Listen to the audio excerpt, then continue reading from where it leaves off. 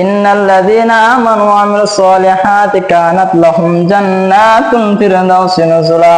আল্লাহ পাক রব্বুল আলামিন সূরা কাহাফের 107 নম্বর আয়াতের মধ্যে ডাক দিয়ে বলতেছেন, ইন্নাল্লাযীনা আমানু, নিশ্চয় যারা ঈমান আনলো, ওয়া আমিলুস সলিহাত, এবং নেক কাজ করলো, কানাত লাহুম জান্নাতুল ফিরদাউসি নুজুলা, তাদের জন্য রয়েছে জান্নাতুল ফিরদাউস।